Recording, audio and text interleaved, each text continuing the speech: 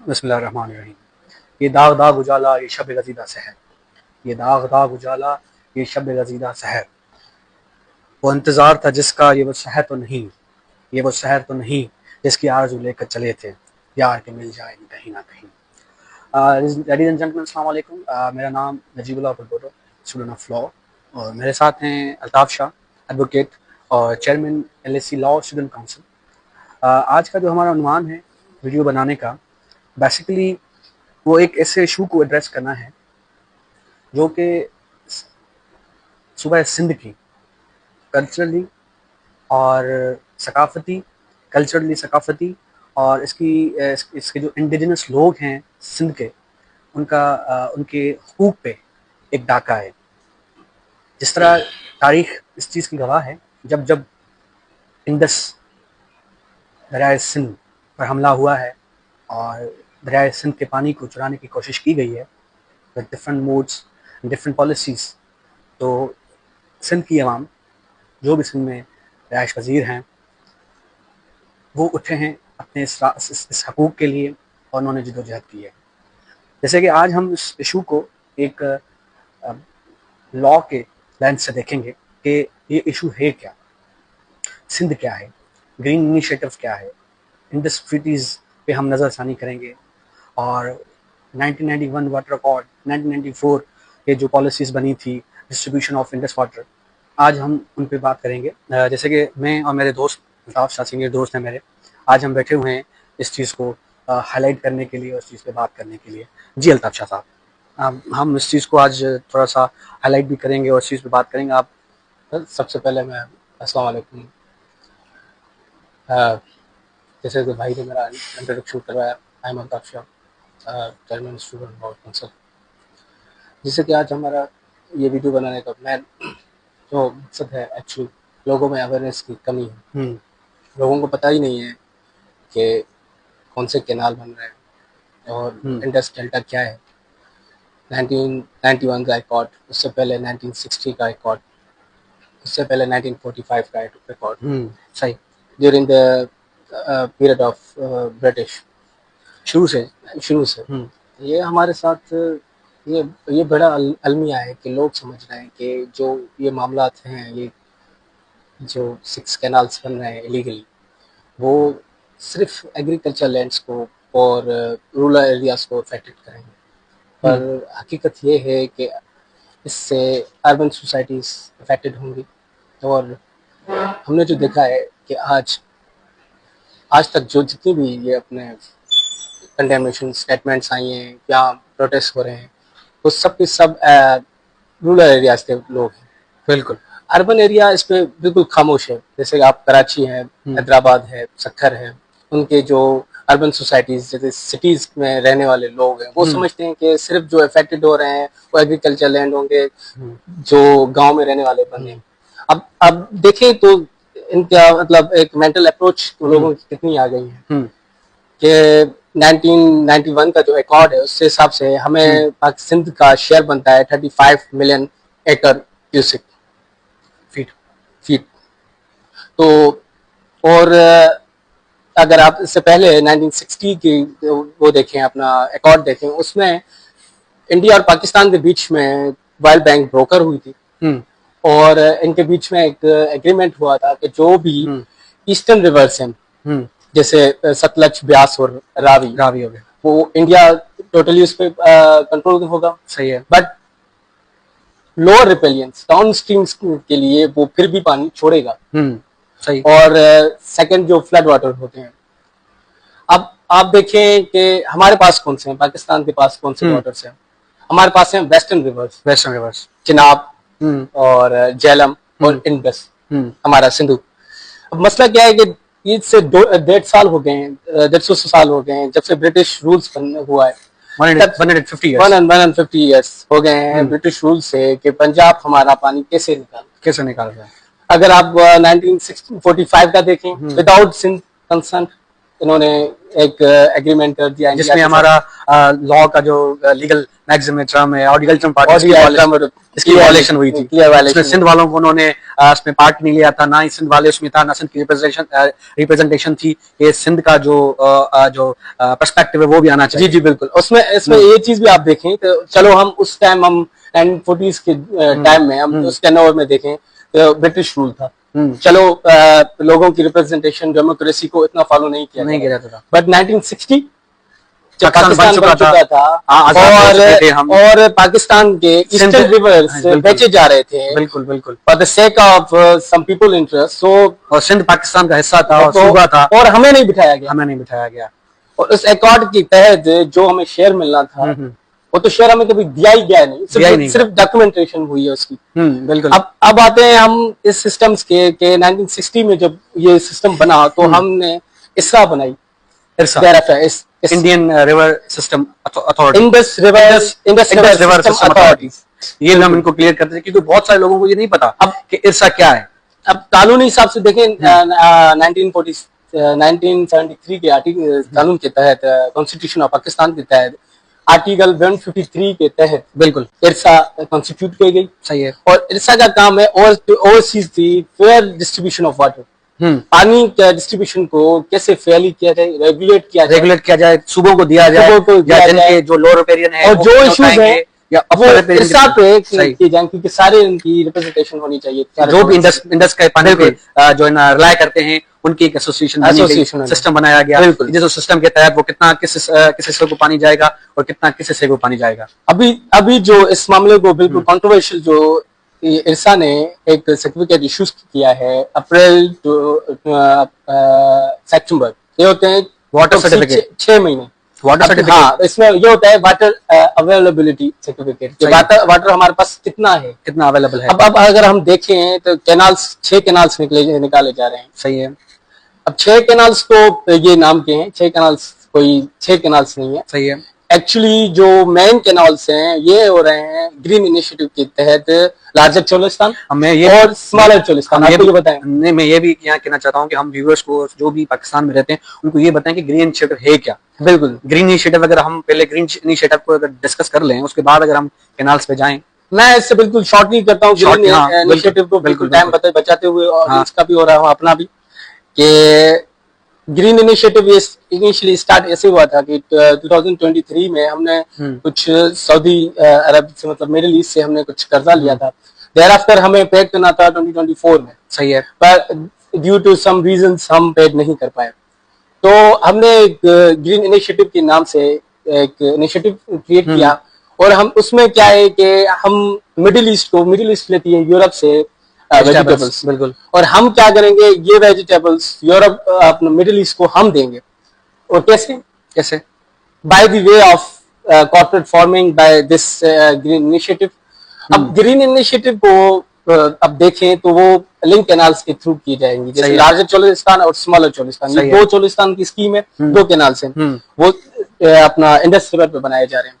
अब ये देखें आप के हमारे पास जो कैनाल सिस्टम है वो फ्लड सिस्टम होता है। फ्लड सिस्टम में क्या होते हैं कि कैनाल्स के थ्रू वाटर कोर्सेज निकाले जाते हैं जमीनों की तरफ, और वाटर कोर्सेज के बाद इनको हम जब हमारी एग्रीकल्चर लैंड्स पे बात आती है, क्योंकि ये प्लेन लैंड्स के लिए ऊबड़ खाबड़ वालों के लिए नहीं है। बिल्कुल, ये भी फर्क है कि जो कुछ लैंड इस तरह होती हैं जिनको हम प्लेन एरियाज बोलते हैं, कुछ इस तरह होते हैं जो ऊबड़ खाबड़ होते हैं, सैंड ड्यून्स हो गए, जहाँ पर पानी जो होता है ना कभी ऊपर नहीं जा सकता क्योंकि वहां पर ड्यून्स आ जाते हैं। ठीक है, तो फिर वाटर फ्लो अब क्या है कि वाटर कोर्सेज निकाले जाते हैं। बिल्कुल, वाटर बोलते हैं। उसके बाद क्या होता है कि जब उन जमीनों के पास एग्रीकल्चर लैंड्स के पास वो चीज पहुंचती है, उसमें क्या किया जाता है कि उसके बॉर्डर को हटाया जाता है, देयर आफ्टर पानी अंदर जाता है, अंदर चला जाता है। फिर जो जिसका जितना हिस्सा होता है, शेयर्स होता है, वो अपने ले लेते हैं। अब यहाँ पर क्या इशू है, ये है एक चोलिस्तान है, डेजर्ट एरिया है, जहाँ पर ऊपर खाबर नीचे ऊपर, यहाँ पर फ्लड सिस्टम बिल्कुल नहीं चल सकता। यहाँ पर चलेंगे, अब कॉर्पोरेट फार्मिंग होती है, ड्रिपिंग सिस्टम होता है और स्प्रिंकल्स होते हैं, बिल्कुल। और उसके लिए क्या करना पड़ता है, एफिशिएंट मशीनरी मंगवानी पड़ती है। उसके लिए आपको पाकिस्तान को कितने पैसे इन्वेस्ट करने पड़ेंगे? Billions of dollars. ये एक्सपेरिमेंट है। वहां पर आप कैनाल्स के ऊपर ये अगर मशीन्स रखेंगी, क्योंकि कैनाल्स की जो नीचे वाली सतह होती है वो होती है मिट्टी वाली, रेत होती है, बारीक रेत, बारीक रेत होती है, पत्थर भी होते हैं। बिल्कुल। अगर ये एफिशिएंट मशीनरी अगर सकिंग करेगी तो उसमें क्या होगा, ये मशीन खराब हो जाएगी। उसमें वो जो स्प्रिंकल्स होंगे, जिसमें छोटे छोटे सुराख हैं, वहां पर उसके लिए फंस जाएंगे। बिल्कुल, उसके लिए क्या करना पड़ेगा, इन्हें फिर से छोटे छोटे पाउंड्स बनाने पड़ेंगे, छोटे छोटे तालाब बनाने पड़ेंगे, वहां ओएसिस बनाने पड़ेंगे, वहां पर जैसे मट्टी मैन मेड, बिल्कुल। फिर उसके बाद वो मशीन्स लगाई जाए, फिर स्प्रिंकल्स हो, फिर ये टोटली एक्सपेरिमेंटल। और अगर आप ये देखें ईस्टर्न रिवर्स पे भी ये चीज एक्सपेरिमेंट किया गया, सतलज हो, ब्यास हो, रावी हो, हमारे करीब वाला चोलिस्तान की अगर अदर साइड इंडिया में देख, इंडिया में राजस्थान से अप्रोक्स 65 ईयर्स हो गए, हाँ, कोई एग्रीकल्चर नहीं बनी, बिल्कुल नहीं, टोटली एक्सपेरिमेंटल है।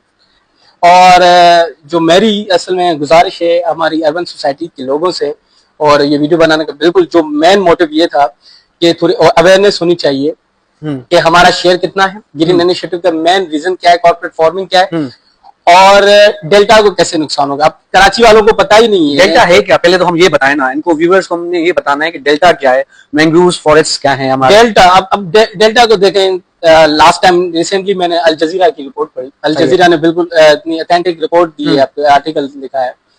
उन्होंने क्या किया, ठट्ठे की जमीनों पे गए, अब ठट्ठे की जमीनों पर गए जो अप्रोक्सी 35 मिलियन एकड़ है। अब सैटेलाइट्स पे उसके रिकॉर्ड्स भी हैं, वो इस टाइम समुद्र के नीचे आ गई है एग्रीकल्चर लैंड्स, और वहां के लोगों को मजबूरन एग्रीकल्चर छोड़ के अनएम्प्लॉयमेंट की वजह से या तो वो समंदर में जाके मछलियां पकड़ रहे हैं, या वो जाके अपना इनको मजबूरन कोई लेबर वर्क करना पड़ रहा है। बिल्कुल। अगर यही चीज आके चलती गई और डेल्टा ये तबाह हो गया, तो हमारे जो कराची का समंदर है उसे, उसकी जो सुनामीज को रोकने के लिए एक नेचुरली कुदरती एक सिस्टम बनाया गया अल्लाह ताला की तरफ से, मैंग्रोव फॉरेस्ट। ये मैंग्रोव फॉरेस्ट, ये मीठे अपना पानी जो जाता है, ये अपना इंडस वाटर का, उसकी वजह से ये ग्रोथ करते हैं, और वो कराची की तरफ आने वाले समंदर के पानी को रोकते हैं। बिल्कुल। अगर ये डेल्टा खत्म हो गया तो ये मैंग्रोव फॉरेस्ट भी खत्म हो जाएगा, और अगर मैंग्रोव फॉरेस्ट खत्म हो गया तो ये ठट्ठे और बदीन में तो जमीनें खा रहा है, समंदर आगे बढ़ता जा रहा है, उसके बाद वो कराची में भी आना शुरू कर देगा। कल को समंदर सखर आगे पहुंचेगा, हो सकता है, क्योंकि ये एक नेचुरल सिस्टम है, और नेचुरल सिस्टम को आप रोकेंगे, एक कुदरत के निजाम को रोकेंगे, तो कुदरत की साइड इफेक्ट्स होंगे, बिल्कुल होंगे। और ये चीजें, अब अगर मैं बिल्कुल कंक्लूड करता हूँ इस चीज को, इस चीज से कितनी अनएम्प्लॉयमेंट होगी, एग्रीकल्चर लैंड्स खत्म हो जाएंगी, क्योंकि हमारे जो सिंध वाले लोग हैं वो एग्रीकल्चर करते हैं। ये प्रोविंस है ही, आप गंदम देख लें, अनाज देख लें, आप चावल देख लें, आप देखें ना, जो हमारे इंटीरियर सिंध है, जिस तरह कंदकोट हो गया, जैकबाबाद हो गया, या शिकारपुर हो गया, तो वहां पर होती है चावल की फसल। ठीक है, चावल को बहुत सारा पानी चाहिए, बिल्कुल, चावल की फसल बहुत सारा पानी चाहिए। फिर आप अगर आते हैं सक्कर की तरफ, घोटकी की तरफ आते हैं, खैरपुर की तरफ आते हैं, नौशेरों की तरफ आते हैं, नौ दौरों की तरफ चले जाते हैं, तो वहां पर उनको वो होती है गंदम होती है, गंदम के लिए भी पानी चाहिए, स्पेसिफिक जो मंथ्स हैं जहां पर वो, क्योंकि पाकिस्तान का जो आप देखेंगे ना, पाकिस्तान का जो लोगो है, जो पाकिस्तान की जो मोहर है, वहां पर गंदम, अनाज और क्या कहते हैं कि चावल की वो है, क्या कहते हैं, उसमें वो दिखाई गई है। सरप्राइजिंग ये पाकिस्तान है, कॉटन भी है, सबसे बड़ा एक्सपोर्टर है, राइस का एक्सपोर्टर है, गंदम का एक्सपोर्टर भी है, और सिंध का बड़ा कंट्रीब्यूशन है। देखिए, अगर ये लैंड्स खत्म हो गई, एग्रीकल्चर लैंड्स खत्म हो गई, या मीठा पानी आज 100 फीट पे मिल रहा है, सही, कल को ये जो जर जिसको हम बोलते हैं सिंधी में खास करके जर, या जिसको अंडरग्राउंड वाटर जिसको बोलते हैं, जो एक हमारी जमीन को अल्लाह ताला ने एक ऐसी कैपेसिटी बनाई हुई है कि जो बारिश का पानी आता है तो वो जमीन क्या करती है, उसको सक करके स्टोर कर लेती है अपने में। तो ये सिर्फ बारिश की वजह से होता है, या कि जो समंदर है, जो समंदर हमारा बहरा, ये हमारे दरिया जो बहता है, या तो उसकी वजह से होता है। तो ये भी हम क्लियर कर लें उनको कि कुछ लोग ये कहते हैं कि हम तो पीते ही मिनरल वाटर है, तो हमारा क्या काम दरिया के साथ, तो ये उनको बताएं कि मिनरल वाटर आता कहाँ से, और फिर इसका प्यूरिफिकेशन सिस्टम क्या होता है, फिर इसको हम किस अंडरग्राउंड वाटर से निकालते हैं, तो उसको प्यूरिफाई करते हैं, तो वो ये भी हम बताएं। यही बात मैं कहना चाह रहा था असल में, कि जो लोग समझ रहे हैं कि हम मिनरल वाटर पियेंगे, बिल्कुल भाई मिनरल वाटर पियो भले आप, हाँ। हमें कोई इशू नहीं है, पर सही है। ये जो मिनरल वाटर मिल रहा है वो आप कहाँ से मिल रहा है? कहाँ से मिल रहा है? कोई अमेरिका से लेके आ रहे हैं, कोई ऑस्ट्रेलिया से आ रहा है, कोई सऊदी से आ रहा है, नहीं, ये पाकिस्तान का ही पानी है। सही। आपको इंडस का ही पानी है, इंडस का ही पानी है, आपको फिल्टर किया जाता है, जहाँ आरओ प्लांट से थ्रू इससे वाटर को ट्रीट किया जाता है, फिर आपको जो मिलता है ये फिल्टर प्लांट्स, ये अपना मिनरल वाटर। सही। अब मिनरल वाटर को देखें आप, तो आज ये 100 फीट पे मिल रहा है आपको, इजीली मिल रहा है, क्योंकि डेल्टा फिलहाल वर्क कर रहा है, कम पानी में ही वर्क कर रहा है। अभी रिसेंटली आप रिपोर्ट्स देखें तो पानी की कितनी किल्लत आ गई है, जब ये अपना कैनाल बना ही नहीं, और ये कैनाल मुश्तमिल भी कुछ फ्लड वाटर पे 6 महीने की रिपोर्ट दी है इसरा ने, वाटर अवेलेबिलिटी, और सीसी के जो हमारे पीपल्स पार्टी है, उन्होंने काउंसिल ऑफ कॉमन इंटरेस्ट, उस पर रिसेंटली ये 2-3 दिन पहले एक नोटिफिकेशन आया कि अप्रूवल अथॉरिटी ने, कॉम्पिटेंट अथॉरिटी ने अप्रूवल दे दिया है सीएम ने, और उसके साथ कोई 70 कॉपीज हैं, 70 समरी है, 70 पेजेस की, 70 पेजेस की एनेक्सेस हैं जो, बिल्कुल वहां पर भी वो चीज अगर सीसी अगर हमें नहीं कर रही, हम इसको ये भी क्लियर करते जाएं कि काउंसिल ऑफ कॉमन इंटरेस्ट की जो under article 158 under the constitution of Pakistan 1973 के जो काउंसिल ऑफ कॉमन इंटरेस्ट बनती है, जिसमें प्राइम मिनिस्टर होते हैं और चारों सूबों के वज़ीर आला होते हैं, चीफ मिनिस्टर्स होते हैं, और फिर 3 मेंबर्स भी होते हैं फेडरल गवर्नमेंट के। बेसिकली जो एक सर्कुलेट हो रहा है सीएम सिंध का, जो वो बेसिकली कवर लेटर है, वो कवर लेटर है। उस कवर लेटर में ये उन्होंने रेफरेंस किया हुआ है कि जो उन्होंने रिक्वेस्ट उनको भेजी है कि आप हमें समरी वाटर अवेलेबिलिटी सर्टिफिकेट हमें बताएं कि आपके पास कितना अवेलेबल वाटर है। तो बेसिकली उस सर्टिफिकेट में, या जो कवर लेटर है जो सर्कुलेट कर रहा है सोशल मीडिया पे, उसमें उसके तहत तो हम ये नहीं कहते कि भाई उसमें क्या लगा, उसमें सिर्फ ये लिखा हुआ है कि हमने भेजी है। जो उसमें एनेक्शर्स हैं 70 पेजेस हैं, जो समरी 70 पेजेस की। अब under constitution of Pakistan 1973 every citizen has a right to information. बिल्कुल, जो राइट इंफॉर्मेशन है हम सबको, जो हम सब सिटीजन हैं, जो हम सिंध के हैं, कि वहां पर उस समरी में लिखा क्या गया है। तो ये जो जिन लोगों ने समरी बना के भेजी है, तो हमारी उनसे गुजारिश है कि ये वो मंजर आम पे लाएं, और हमारा जो राइट है, राइट टू इन्फॉर्मेशन, बिल्कुल वो हमें दिया जाए, पता चले कि उन्होंने कितनी उसमें क्या कहा है। दूसरा ये कि देखें, जो इंडस वाटर है वो किसी गवर्नमेंट का ऐसा नहीं है, वो किसी गवर्नमेंट की प्रॉपर्टी नहीं है, ना किसी फेडरल गवर्नमेंट की प्रॉपर्टी, वो एक हमारे ये कल्चर प्रॉपर्टी पाकिस्तान बनने से पहले का है, बिल्कुल इंडस वाटर। और हम बिल्कुल अल्हम्दुलिल्लाह पाकिस्तान के हामी हैं और पाकिस्तान के हामी रहेंगे। पाकिस्तान हमारा कंट्री है, पाकिस्तान हमारा कंट्री है, पर अगर आप एक प्रोविंस को एक चीज दे रहे हैं और डिप्राइव कर रहे हैं को, जो अपना कुदरती निजाम है, अल्लाह का निजाम है, इंटरनेशनल लॉज है, नेशनल लॉज है, हमारा आर्टिकल कॉन्स्टिट्यूशन ऑफ पाकिस्तान है, article 4 every person shall be dealt according with law. तो बेसिकली ये जो लॉ है कि जो हमारे जो हर पर्सन, ठीक है, तो हर पर्सन में, हमारे पर्सन में हर सूबा भी आ जाता है, बिल्कुल ठीक है। तो जो प्रोविंस है उसको उस अकॉर्डेंस के हिसाब से डील किया जाएगा। जिस तरह 1994 में ये लोअर रिपेरियन अपर रिपेरियन को हाईलाइट किया गया था, तो इस पर हम बात करें। बिल्कुल यही चीजें, मैं वही चीज बताना चाह रहा हूँ कि डाउन स्ट्रीम वाटर्स वाले जो एरियाज होते हैं, जो लोअर रिपेरियन, उसमें क्या होता है कि राइट टू अंडर आर्टिकल 4 जो बता रहा है कि अकॉर्डिंग विद लॉ। अब इसमें क्या होता है कि एक प्रोविंस को आप वो कर रहे हैं, डिस्क्रिमिनेटेड कर रहे हैं, एक प्रोविंस को आप फेवर दे रहे हैं, और एक प्रोविंस को आप डिप्राइव कर रहे हैं, उसके लोगों को, उसकी एग्रीकल्चर लैंड को, और इंडस डेल्टा जो समुद्र को मीठा पानी देना जरूरी है, क्योंकि 1960 का जो अकॉर्ड था उसमें चारों प्रोविंसेस की शेयर्स बनाए गए। शेयर के हिसाब से 37 बनता है शायद मिलियन एकड़ फीट। ये यहाँ पर मैं क्लियर करना चाहता हूं, 35 मिलियन एकड़ फीट उसमें हमने हमारे सिंध को कितना शेयर है और पंजाब को कितना शेयर है? पंजाब को है 37 मिलियन एकड़ फीट, और सिंध को है 35 मिलियन एकड़ फीट। तो हम उसकी रीजन यही है कि हम लोअर रिपेरियन भी हैं, और एग्रीकल्चर लैंड हमारे एग्जैक्टली। और दूसरा जो राइस की जो ग्रोथ होती है, हेवी क्रॉप्स, उसमें ये पानी ज्यादा कंज्यूम किया जाता है, ठीक है। और थर्डली जो पानी बचता है after the shares of the province, जो ये जो झगड़ा है वो उसी बचने वाले पानी पे, वो बताएं कि उसका क्या होता है। जो मैं यही मैं रिसेंटली अभी मैंने काफी लोगों से यही सुना कि पानी तो वेस्ट होता है, वो वेस्ट समंदर में जाके वेस्ट होता है। भाई वेस्ट कैसे होता है, ये एक नेचुरल सिस्टम है, अल्लाह ताला का निजाम है। निजाम में अगर डेल्टा को पानी नहीं दोगे, समंदर में पानी नहीं जाएगा तो समंदर पीछे नहीं जाएगा, क्योंकि समंदर आगे बढ़ता है। इस सिस्टम है, आप सिस्टम के साथ छेड़खानी करोगे तो क्लाइमेट इश्यूज होंगे और काफी चीजें हैं, आप देख सकते हैं। और इक्वालिटी भी है, इक्वालिटी है, बिल्कुल। Every citizen shall be equal, every citizen shall be, यहाँ लिखा इक्वालिटी ऑफ सिटीजन्स, बिल्कुल। तो इस इक्वालिटी ऑफ सिटीजन्स में तो जो सिंध के लोग हैं, हम यहाँ पर ये नहीं कह रहे कि सिर्फ सिंधी, हम कह रहे जो सिंध में रहते हैं, सिंध में रहते हैं, जो भी सिंध में रहते हैं, ये नहीं कि पानी हमारे अगर पानी खत्म हो जाएगा लेट्स सपोज, तो वो सिर्फ सिंधियों को तो मसला नहीं होगा ना। बिल्कुल, यहाँ पर जो कराची में रहते हैं, जो हैदराबाद में रहते हैं, जो नशरो फेरोज में रहते हैं, या जो डैरकी में रहते हैं, वो उनके लिए वो सेम इफेक्ट्स होंगे ना उनके ऊपर सब। बिल्कुल, मेरा असल में यही असल मोटिव भी यही था, सारी बातचीत का, कि लोग उठें और अर्बन सोसाइटी से अपना किरदार निभाएं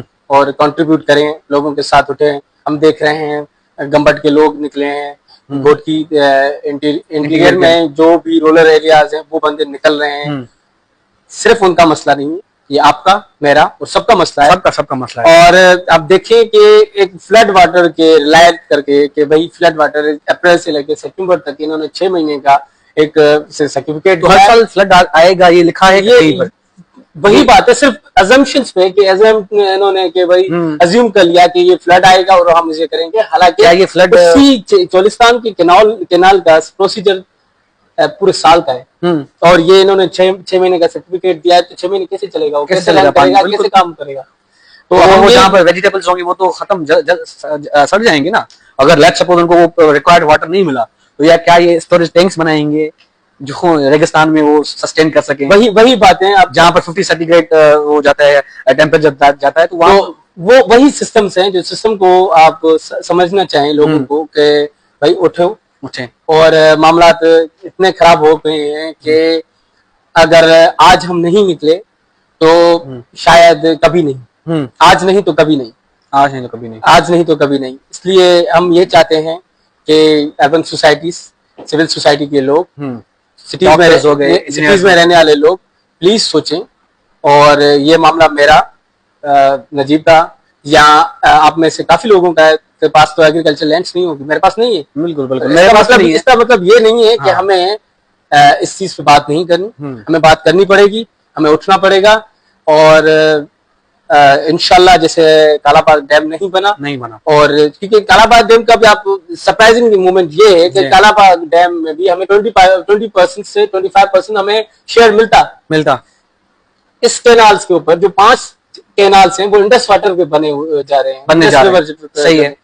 उसमें तो सारा सिंध पूरा तबाह हो जाएगा, पहले पानी की कमी है। सो इसलिए मेरी रिक्वेस्ट है कि आप प्लीज कंट्रीब्यूट करें किसी भी तरीके से, साथ प्रोटेस्ट करने में, सोशल मीडिया पे और हर फोरम पे जिसकी जितनी कैपेसिटी है वो अपना कंट्रीब्यूट करे।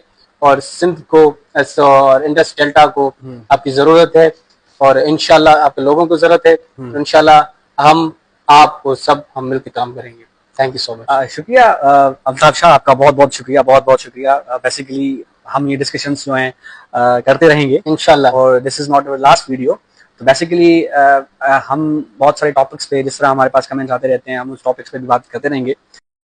आबाद रहेंगे वीराने, शादाब रहेंगी जंजीरें, जब तक दीवाने जिंदा हैं फूलेंगी फलेंगी जंजीरें। आजादी का दरवाजा भी खुद ही खोलेंगी जंजीरें, टुकड़े टुकड़े हो जाएंगी जब हद से बढ़ेंगी जंजीरें।